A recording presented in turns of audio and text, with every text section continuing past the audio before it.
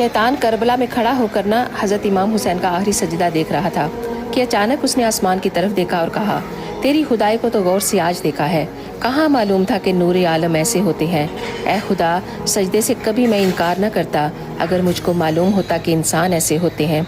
आप सल्लल्लाहु अलैहि वसल्लम ने फरमाया, तुम जब पानी से गुजरा करो या किसी पुल से गुजरा करो तो कसरत से सूरत कौसर का विर्द किया करो। तुम्हारी नज़र जितने भी पानी पर पड़ेगी उसका एक एक कतरा आपके लिए मग़फ़िरत बन जाएगा।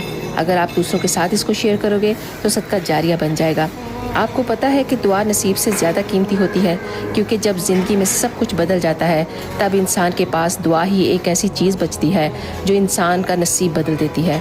तो मेरी आप सब के लिए एक छोटी सी दुआ है, अल्लाह ताला आपको अपने अलावा किसी का मोहताज ना करे, आपको सदा आबाद रखे और हमेशा आपको अपने घर वालों के साथ हमेशा हमेशा खुश रखे। अगर आपको ये वीडियो अच्छी लगे तो प्लीज़ एक दफ़ा इसको शेयर करके भी ज़रूर जाइएगा।